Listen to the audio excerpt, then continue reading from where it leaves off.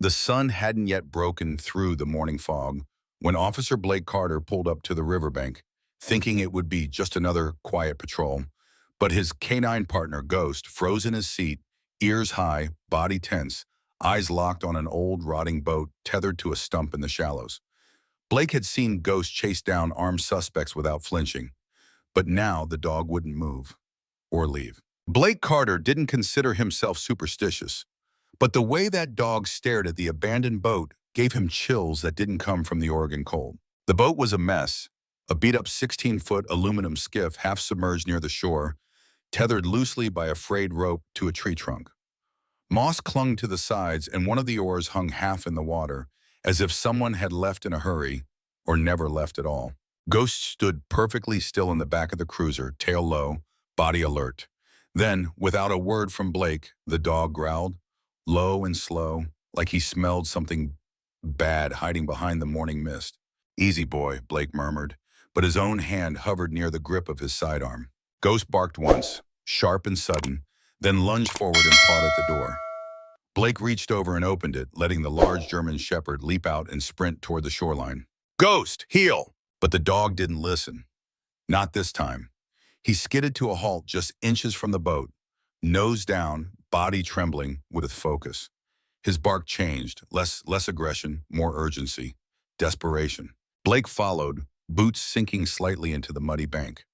"What is it, Ghost?" The skiff bobbed gently in the slow-moving river current. From this close, it looked worse than from the road.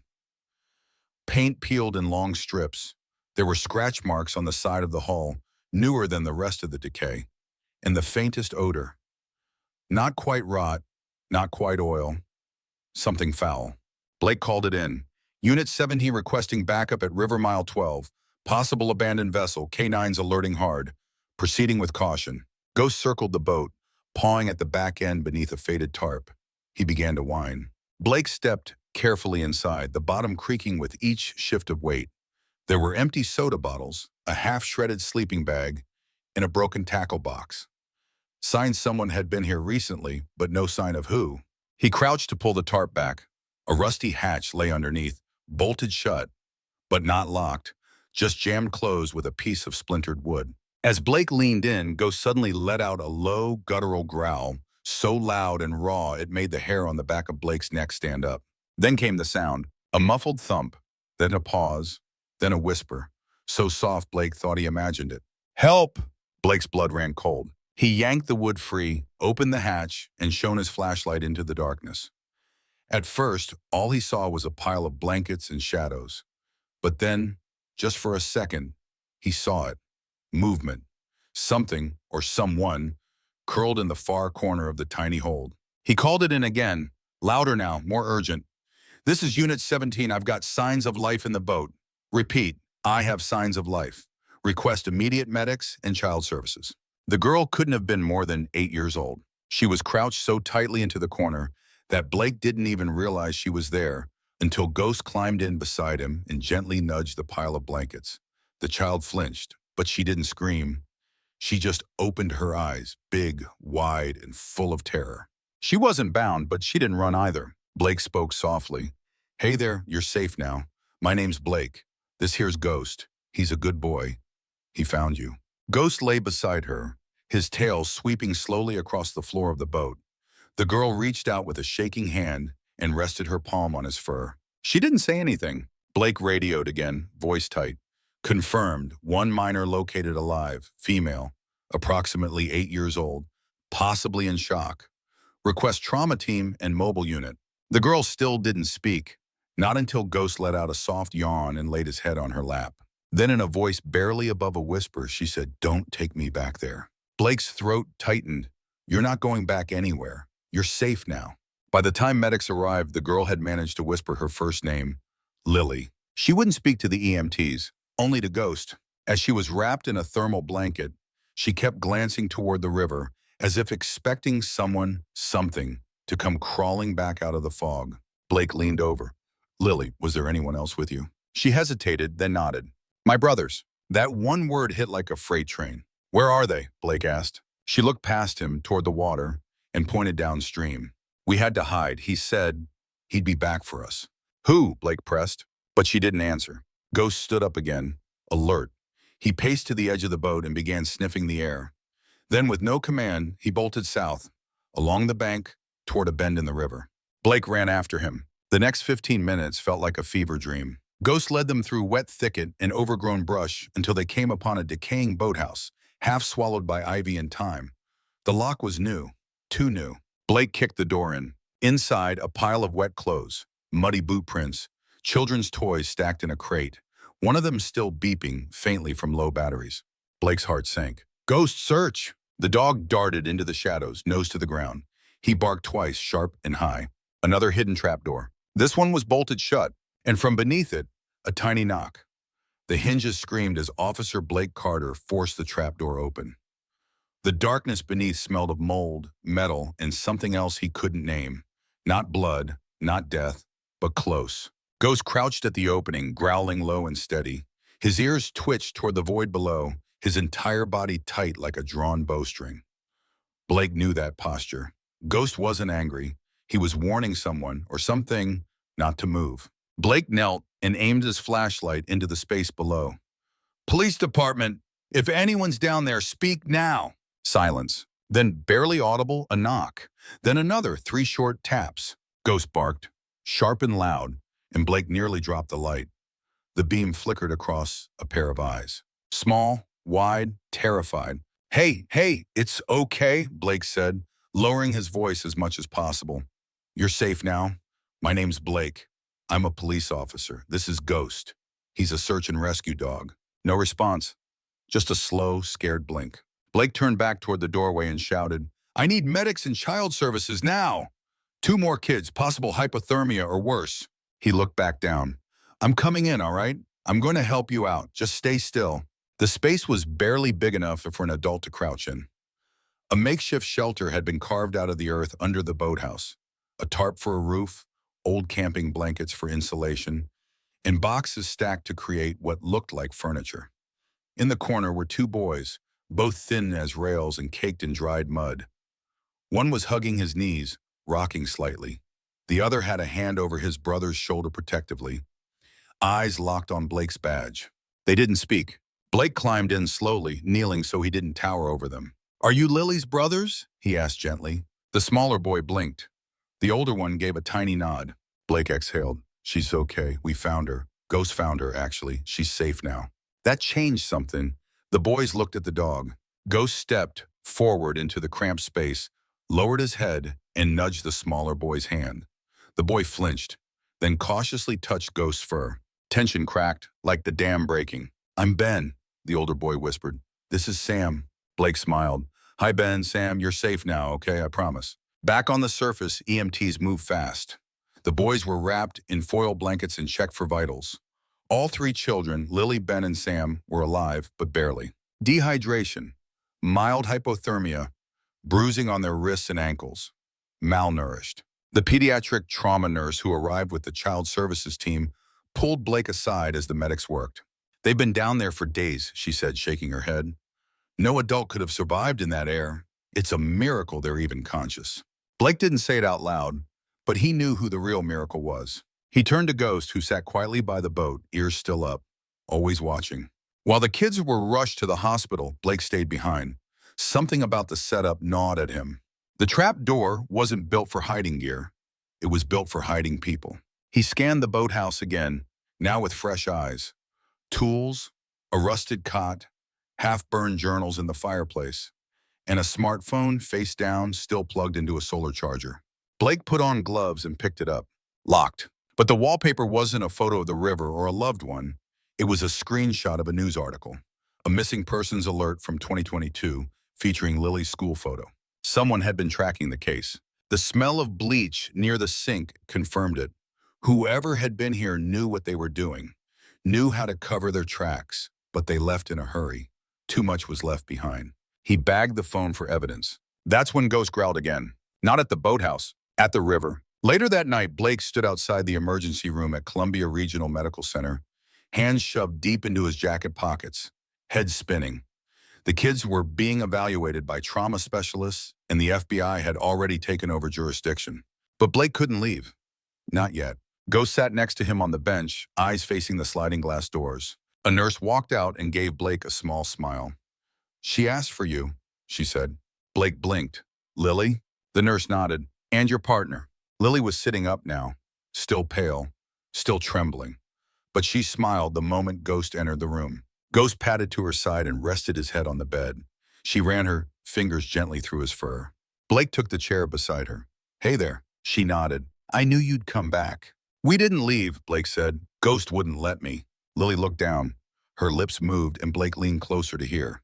"He said we were going to the Waterhouse," she whispered. "Then he got mad at Ben for making noise. So we had to split, hide in different places. But he was going to come back."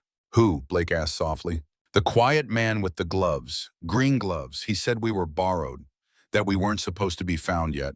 Blake felt something twist in his gut. "Do you know his name?" She shook her head. "Did he drive a car? A truck? What did he look like?" She stared past him into memory. He had a scar across his nose, and he didn't blink a lot. Blake took mental notes as fast as he could. He would have the sketch artist come in. The FBI would take Lily's statement formally. But he knew something they didn't yet. This wasn't random. Whoever this man was, he had planned for this. And if Ghost hadn't noticed that boat, they'd still be out there. The next morning, Blake returned to the station. He filed reports, logged evidence, and briefed the FBI liaison. Forensics teams were still processing the boathouse and the skiff, but initial findings were disturbing. Ropes tied at ankle height in the hidden compartment, hidden mics wired to a crude listening device, food wrappers from a brand sold 2 states away, and prints. The first confirmed hit, Vincent Price. Dead, declared deceased 7 years ago in a boating accident off the coast of Washington. But now his prints were on the trapdoor. And another partial print, unidentified, matched 2 unsolved abductions from 2018 and 2019. Both cases involved siblings. Blake leaned back in his chair and stared at the photos of the recovered kids. 3 of them, saved. But how many more weren't? Ghost rested his chin on Blake's boot. Blake reached down and scratched behind the dog's ears. "Good boy, Ghost. You found them. You brought them home." The dog didn't move. His eyes were locked on the bulletin board ahead, where Blake had pinned 3 new photos of Lily, Ben, and Sam. Then the dog's ears perked again. Blake followed his gaze. One of the photos had fallen to the floor. But Ghost wasn't looking at the picture. He was staring at the map behind it. A river map, marked with red pins. Not by Blake, by someone else. And one of the pins hadn't been searched yet. Blake Carter didn't believe in coincidences. Not anymore. That morning at the station, he stared at the faded river map tacked to the corkboard.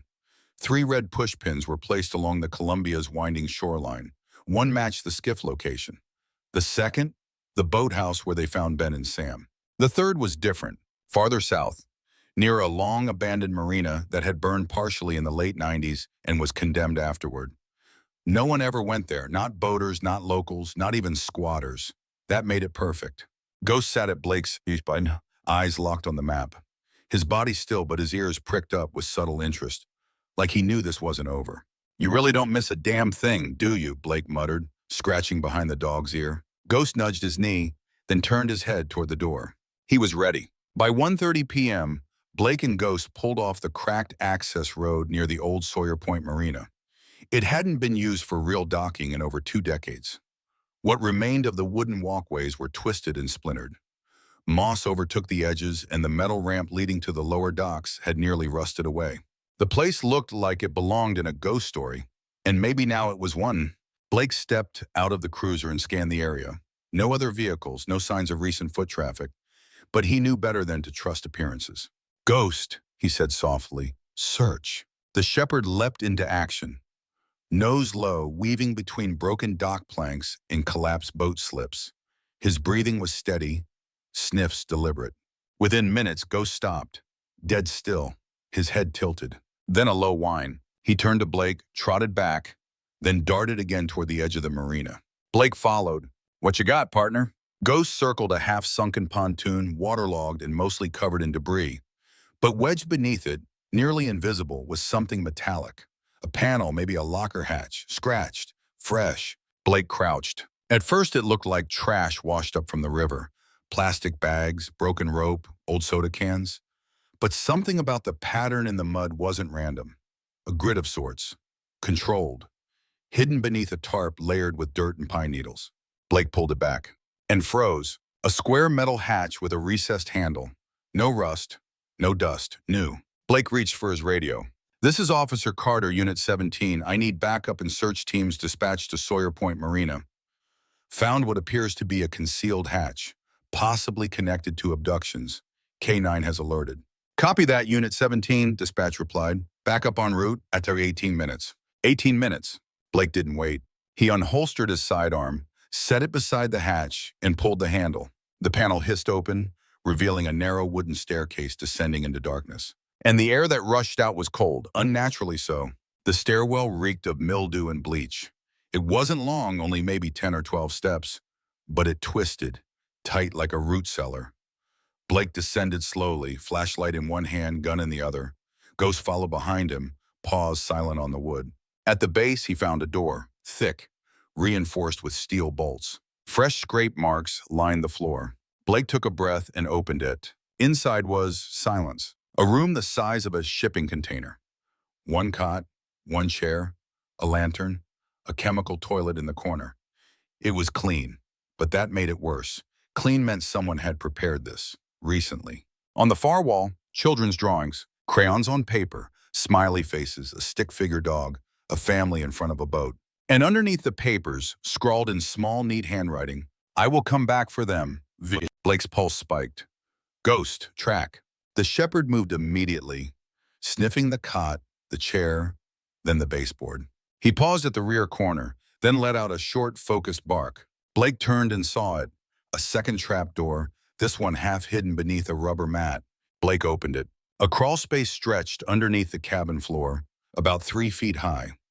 Inside were 2 plastic crates filled with bottled water, protein bars, and a prepaid burner phone, screen cracked but still glowing faintly. And one more thing, a small stuffed bear with a patch sewn into the chest. Blake's stomach dropped. He recognized the bear. It was the same one Lily had been holding in the old photos from her missing persons report. She wasn't taken by accident. This wasn't about opportunity. It was targeted, and the bastard had been watching them. Blake and Ghost climbed out just as backup arrived. 2 cruisers, an unmarked federal vehicle, and a forensic team. "What are we looking at?" asked Agent Mallory, stepping out of the SUV. "A second holding site," Blake said. "Still fresh. He's using the river system to move between locations. Each one's hidden under or near watercraft structures." Mallory's eyes narrowed. "And the kids? We were meant to find them," Blake said grimly. "He left them behind, but not because he's done. He's evolving, testing boundaries. We're dealing with someone who plans 10 steps ahead." Ghost growled then, just once. Everyone turned. He was staring at the tree line behind the marina, body tense. "Movement?" Blake asked, hand on his holster. But by the time they scanned the area with flashlights, it was too late. Only footprints remained. Fresh. Adult male, wearing size 11 boots, leading back toward the river. That night, Blake couldn't sleep. He stood outside the precinct under the weak glow of a street lamp, tossing a tennis ball in his hand. Ghost sat quietly beside him, occasionally watching the ball, occasionally watching his partner. Inside, the department buzzed. The story had gone national. 3 kids found alive, 1 potential serial abductor, a canine hero. But Blake couldn't feel the victory. He felt the chase. He felt the unfinished story. He looked down at Ghost. "You think he watched us? From the woods?" Ghost didn't answer, but his ears twitched. Blake turned his eyes to the horizon. Somewhere out there in the shadows of a forgotten river, a man was waiting. And he wasn't done. The morning after the marina discovery, Officer Blake Carter found himself sitting on the edge of a hospital chair that was 1 size too small and 10 hours too late. Lily was awake, but she hadn't spoken since she saw the bear. Her little fingers clutched it tightly, the patch on its chest worn from use, the stitching frayed. It was the same one they'd found in the hidden bunker under the marina, a silent, horrifying confirmation that her abductor hadn't just taken her away. He'd made sure she remembered it. Blake sat quietly at the side of the hospital bed. Ghost lay on the floor next to him, ears tilted forward, watching the girl as if she were made of porcelain. The soft beeping of medical monitors and the distant echo of a rolling gurney were the only sounds filling the room. Finally, Lily's voice broke the silence. "Ben says the man used to talk to the wall." Blake blinked. "Talk to the wall?" She nodded. "He had a box with a red light, and sometimes he'd just sit in the dark and talk real soft like he didn't want us to hear." "Do you know what he said?" No, but he'd say our names like he was checking something. Sam would plug his ears. Ghost shifted slightly, laying his chin on the side of the bed. Lily reached down and stroked his fur. Ghost doesn't talk to walls, she said. Blake smiled softly. No, ma'am. Ghost only talks when it counts. Later that day, Blake met with Agent Mallory in the FBI's behavioral unit in a conference room filled with coffee cups, thumbtacked maps, and the kind of tension that makes your jaw hurt just from breathing it in. This guy isn't improvising, Mallory said, standing at the whiteboard. He's constructing. Every site, every escape, every move is built into a blueprint we haven't cracked yet. Blake pointed to the map. 3 kids found, all siblings, all placed separately but close enough to be discovered together. And all 3 sites, Mallory added, were built with supplies sourced from different states. That's not someone working from a single location. He's moving, probably weekly, maybe even daily. Blake leaned forward. Lily mentioned something else. He used to talk to a red light on the wall, some kind of communication device. Could be a signal relay, could be psychosis, could be both. Or, Blake said, he wasn't talking to himself. He was reporting in. The room fell silent. Mallory lowered her marker. You think there's someone else? Blake looked at Ghost, who lay near the window, tail tapping the floor once. I think there's a reason this all feels like a performance. That evening, Blake drove out to the river again, this time with a different goal. He wasn't searching for another trapdoor. He was watching for patterns. Ghost sat in the passenger seat, eyes sharp, nose twitching occasionally toward the cracked window. The scent of pine and river mud filled the air. Blake parked along a ridge near the Sawyer Point overlook and pulled out the map again. The red pins were just part of the picture. What mattered now was timing. 3 locations, each one discovered roughly 72 hours apart. He cross-referenced the days with local news logs, weather records, and 911 dispatch archives. And that's when he saw it. Each site had been within 5 miles of a reported forest fire or controlled burn. Small ones, easy to miss, but real enough to draw away fire crews, emergency services, and police patrols. He's creating noise, Blake muttered. Smoke screens. Ghost let out a low chuff. Blake tapped the next projected zone, a state campground along the northern bank. Closed for the season. Isolated. Too perfect. By dawn the next day, Blake, Ghost, and 2 FBI agents approached the old Davenport Ridge campground on foot. Fog clung to the ground, swirling around their boots. Everything was silent except for the occasional rustle of squirrels or the sharp caw of a crow overhead. Ghost took the lead, leash taut, his body gliding like a compass on a mission. Within 15 minutes, he stopped cold. Blake's heart pounded as Ghost began to whine, circling a pile of logs near an overgrown fire pit. At first, it just looked like trash. But then Blake saw the freshly dug soil, only slightly darker than the rest. Ghost, he whispered. What is it? Ghost sniffed, pawed once, then lay down beside the dirt. That's when they heard it. A knock, faint, hollow. Dig, Blake ordered. They cleared away the branches and dirt to find a wooden hatch sealed with metal bands. No lock. Just wait. They heaved it open. Inside was a square pit, no deeper than 5 feet, reinforced with plastic tarp and plywood. Blankets lined the walls. And in the center, a girl, blonde, maybe 6 years old, curled up with her knees to her chest, eyes wide open but not blinking. She didn't scream. She didn't cry. She just looked at them, like someone who had been waiting too long for something she stopped believing would come. Blake knelt, holding out a bottle of water. Hey there, sweetheart. You're okay now. We're here to help. She didn't respond. But Ghost moved forward slowly, dropped his head to the edge of the hatch, and let out a soft whine. The girl's eyes followed him. Her mouth quivered. Then she spoke. Is it morning? Blake swallowed hard. Yeah, kiddo, it's morning. She reached out and touched Ghost's ear. He licked her hand gently. I dreamed he sent someone, she whispered. But I thought it wasn't real. Blake helped lift her out carefully, wrapping her in a thermal blanket. What's your name? Avery, she whispered. She clung to Ghost like she'd known him her whole life. At the hospital, Avery didn't say much, but the drawings she made with crayons told them everything. A large man with no face, a red dot on the wall, a river, and Ghost. Always Ghost. I heard him bark in my dream, she told the nurse. So I kept waiting. I knew when he barked again, I could leave. That night, Blake sat in his cruiser with the engine off, just listening to the river below. Ghost lay in the back seat, finally asleep, but still twitching as if chasing shadows in his dreams. Another child found, another piece of the puzzle. But the question burned in Blake's mind. Why these kids? Why this river? And more importantly, how many were left? The rain came hard the next morning, washing the last traces of fog off the hills surrounding the Columbia River. But for Officer Blake Carter, the storm didn't clean anything. It just made the mud deeper, the air heavier, and the questions darker. 4 children had been rescued, each one found in a different location along the water, each one placed just close enough to be saved, each one left behind deliberately. Blake stood by the station window, coffee growing cold in his hand. Outside, Ghost sat beneath the overhang, head tilted toward the open river as if it whispered secrets only he could hear. Agent Mallory entered the office, rain dripping off her coat. She dropped a case file on Blake's desk with a sigh. Forensics report from the Davenport site. We pulled something interesting from the tarp lining the pit. Blake opened the folder.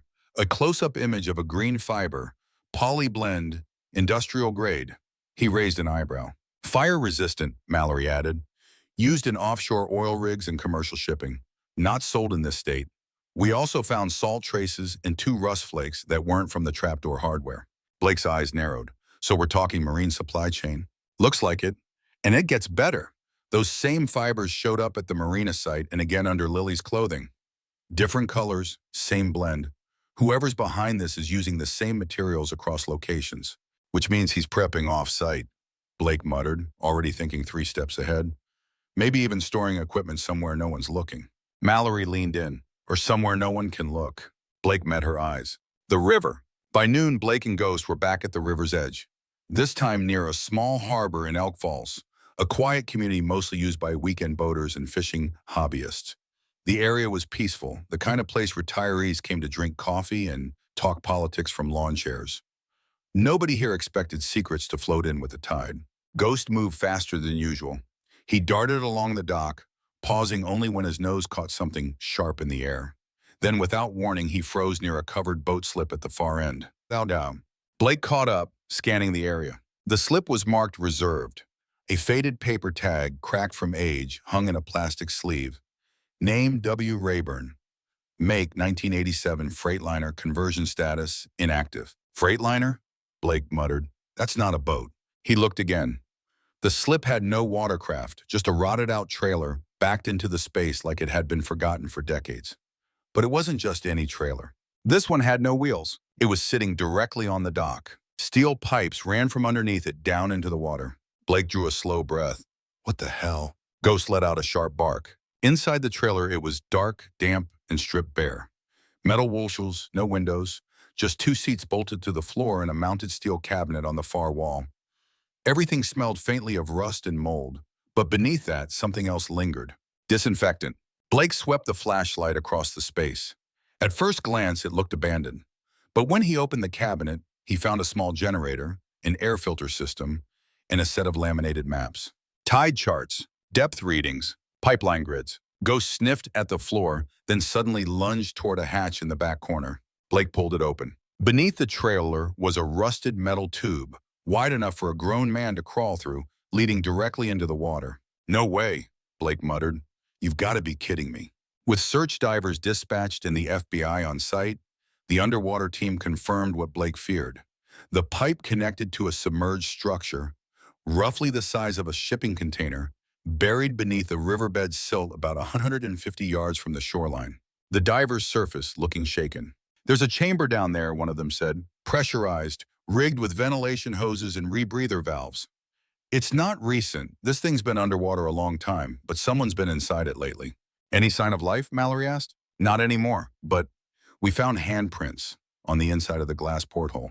Mallory's face paled. Ghost stood at the water's edge, staring at the ripples like they were trying to say something. Later, back at the station, Blake reviewed the footage recovered from a hidden USB found in the trailer.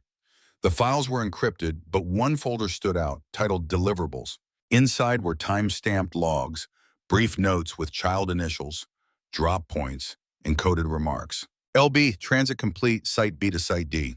SC, holding stable, pending medical. AH, awaiting reassignment, non-responsive. What is this? Blake whispered. A trafficking schedule? Mallory stood behind him, arms crossed. These aren't ransom notes. These are inventory logs. The horror of it sank in slowly. Someone had been tracking these kids like stock, moving them like packages. And yet they left them, Blake said, voice low. No, Mallory corrected. They didn't leave them. They staged them, like they were testing us. Blake leaned back. Then why make it solvable? Why leave a trail we could follow? Mallory didn't answer. But Ghost did. He barked once, loud and sharp, then trotted to the open door. Blake followed, stepping out into the quiet lot. At the far end, a black SUV was idling. Too new, too clean. And when it pulled away, they caught a glimpse of the driver through the window. An older man, face mostly obscured. But across his nose, a faint scar was visible. Blake sprinted forward, but the vehicle was gone by the time he reached the edge of the lot. Scar across the nose, he muttered. Lily said that. Ghost stood beside him, muscles tense. He turned back to Mallory. We were being watched. Again. She pulled her phone out. I'll get traffic cam footage. Blake stared down the empty road, hands clenched. They were closer now, but he had the gut-deep feeling that whoever was behind this wasn't just watching. He was inviting them. That night, Blake and Ghost returned to the river. Not to chase, but to wait. Ghost sat at his side, eyes trained on the water. Blake rested a hand on the shepherd's back. If he wants us to find him, Blake said softly, then we're going to. He looked at the stars reflecting off the surface, their shapes warping with every ripple. 4 kids out of how many? Ghost didn't move, didn't blink, just listened and waited. The river was quiet that morning, too quiet. A soft mist floated above the surface, coiling like smoke across the water. From the ridge overlooking Elk Falls Harbor, Officer Blake Carter stood beside Ghost, watching the tide roll in. Nothing stirred, no movement, no bird song, just that still, eerie calm that made your skin prickle. He hadn't slept, not after what he'd seen in that rusted trailer in the submerged bunker. Not after reading those encrypted logs. Deliverables, he muttered, jaw tightening, like they were Amazon packages. Ghost stood perfectly still, facing the river like he expected something, or someone, to rise from beneath the water. Blake hadn't let go of the mental image. Fingerprints on the inside of that underwater chamber. Small, human, desperate. And the worst part, there were 2 sets. They were still out there. Somewhere in the darkness, 2 children were waiting. Blake and Agent Mallory met in the district operations room just after sunrise. A digital map displayed locations connected to the 4 rescued kids. Davenport, Sawyer Point, the submerged chamber near Elk Falls, and now, a blank space. We're missing a 5th, Mallory said, her voice sharp. 5 locations, 4 recoveries. We can't assume we've accounted for everyone. Blake pointed at the logs recovered from the USB drive. 2 unidentified initials, RB and CS, both marked in transit with timestamps from a week ago. No pickup, no status update, no closure. We missed the window. Mallory's tone shifted, or he's waiting for us to find them. Blake exhaled. We're chasing a man who builds bunkers under boats, trailers without wheels, and submarines buried in silt. He's not just hiding kids, he's playing chess. Ghost suddenly perked up. Blake turned to him. What is it? The dog trotted to the far side of the room where a pinboard held dozens of photos. Rescued children, old crime scenes, river access points. Ghost stopped beneath a photo of an old maintenance depot located near a stretch of river used for gravel barges. The building had been closed since the early 2000s after a sinkhole collapsed part of the surrounding road. Mallory looked over Blake's shoulder. You think he'd go back to a condemned site? Blake nodded. If it's isolated, forgotten, and close to water, I'd say it's his dream hideout. He looked down at Ghost. Let's go. The depot sat on the outskirts of Franklin County, boxed in by forest on 3 sides and fenced off with rusted chain link on the 4th.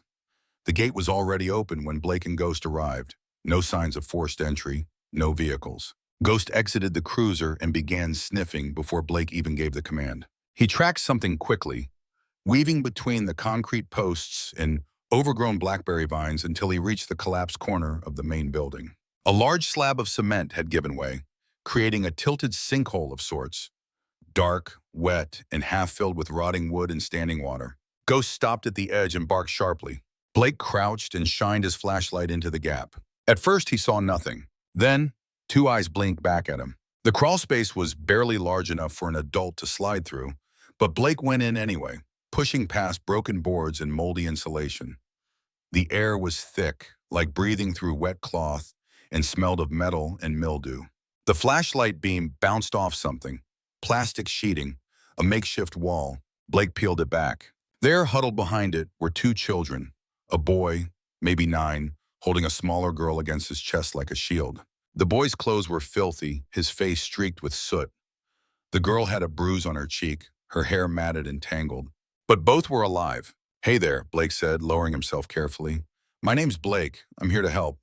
That's Ghost right behind me. He's a good dog." Ghost let out a soft whine and inched forward on his belly. The girl sniffled. "You found us." "We sure did," Blake replied. The boy's voice was hoarse. "Is the man gone?" Blake nodded. "He's not coming back. Not tonight." The medics arrived within 15 minutes. The kids, Reed, Arbias, and Claire, CS, were stabilized and wrapped in thermal blankets. Neither had eaten in over 48 hours. "I didn't think anyone knew we were down there," Reed said as they loaded into the ambulance. But Claire kept whispering that someone was coming. She said she dreamed about a dog. Ghost stood near the stretcher, tail wagging once. Claire reached out and hugged his neck. "I told you," she whispered. "I told you he was real." Back at the station, Blake and Mallory reviewed the timeline. 6 children in total, Mallory said. 3 siblings, 1 solo girl. 2 more, Reed and Claire, possibly cousins. All taken over the last 8 months. All placed near the river, Blake added. Each location more complex than the last. And he's escalating. The last site had live wiring and food caches. He was prepping for something longer term. Blake stared at the final photo recovered from the USB. It wasn't a map, it wasn't a plan. It was a drawing. 6 children, stick figures, and 1 large figure drawn in black ink, surrounded by shadows. Below it, the words, "I hear the river sing." "What the hell does that mean?" Mallory asked. Blake didn't answer. Ghost stood up suddenly and walked to the door. "Where are you going, boy?" Blake asked. Ghost didn't even look back. Blake followed. The river was quiet again. Too quiet. Blake and Ghost stood at the old Franklin overlook where the current was strongest, just before the channel forked south. The water moved fast here, pulling debris downstream like it was hungry. Blake crouched, resting a hand on Ghost's back. "We found them all," he said. "But it doesn't feel over, does it?" Ghost's ears twitched. Blake looked out over the water, his voice low. "What if this wasn't just about the kids?" Ghost barked. Once. Then again. Behind them, an engine roared to life. Blake spun, hand on his sidearm. At the far end of the road, a dark vehicle peeled out of the tree line, tires skidding, headlights off. Blake ran toward the cruiser, Ghost at his side. "Dispatch? This is Unit 17. I've got a black SUV fleeing westbound near Franklin Overlook.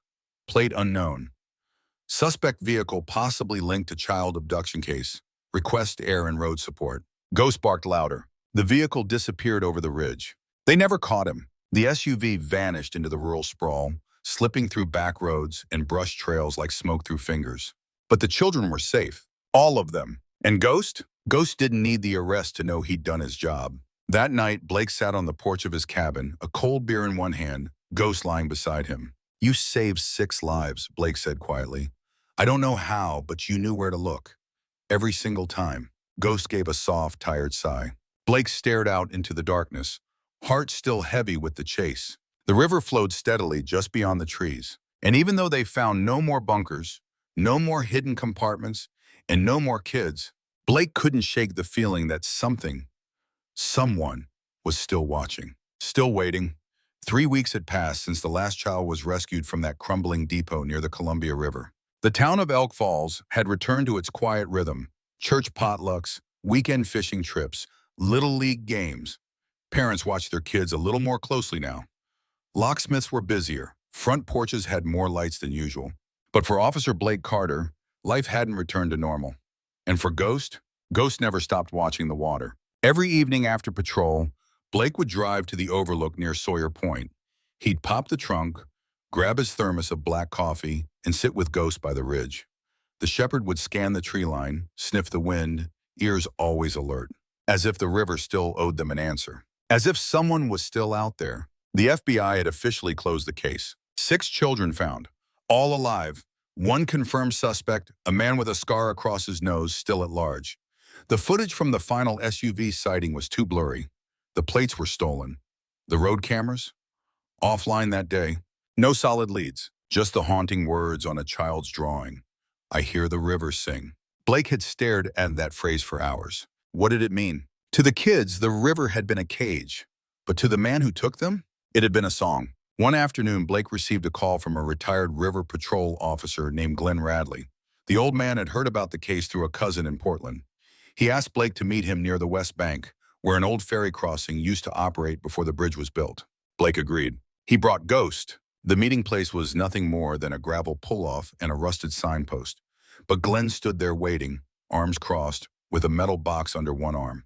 "You still believe he's out there?" Glenn asked. Blake didn't answer. Ghost stepped forward and sniffed the man's boots, then sat beside him. "Thought so," Glenn said with a nod. He set the box on the hood of Blake's cruiser. "I don't know if this helps, but back in '99, we had a guy working cargo who went by V. Nobody knew his real name. Smart, kept to himself, had a weird relationship with the water. Used to say the river spoke to him, that he could hear it telling him where to go." Blake felt his spine tighten. Glenn opened the box. Inside were old ferry logs, route maps, and photos. One of them showed a man loading gear onto a boat. His face was partially obscured by the shadow of a brimmed hat, but across his nose, a faint scar. Blake stared. "That's him." "I figured." Glenn pulled out another document. "Last seen near Raven's Bluff. Private land. The shoreline collapsed years ago, but if he's anywhere, he's off the grid." Blake turned to Ghost. The dog's ears were already pointed west. By the time they reached Raven's Bluff, the sun was setting, casting long shadows over the riverbank. It was beautiful in the kind of way that hid its dangers, like a painting stretched over a sinkhole. The land was unstable. Trees leaned at odd angles. Fallen logs broke up the trails. If someone wanted to disappear, this was the place. Blake scanned the area. "We're probably too late." Ghost didn't move. Then suddenly he ran. Down the bluff, paused, sliding in the loose dirt, weaving through fallen limbs until he stopped at the edge of a collapsed fishing shack. He barked twice. Blake followed. Behind the shack, half buried under ivy and broken beams, was a vent pipe. Fresh airflow. A hidden chamber. Blake radioed for backup but didn't wait. With his flashlight gripped tight, he pried open the panel and crawled into a narrow passage. Ghost came in behind him, tail low, body tense. The passage opened into a crude underground bunker. Walls lined with soundproofing foam, a cot in the corner, canned food, and maps covering an entire wall. Some were river routes. Others were marked with initials, dates, photos of children, some of them already rescued. But one section remained untouched. 3 faces, no names, just silhouettes, future targets. Blake felt his chest tighten. On the desk was a cassette recorder. He hit play. A gravelly voice crackled through. "You think you've won, but you only found the pieces I let you have. The river doesn't keep secrets. It delivers them. I was the current, you were the driftwood." Blake shut it off. Behind him, Ghost growled. They never found him. The bunker was empty. No footprints, no scent trail, just echoes.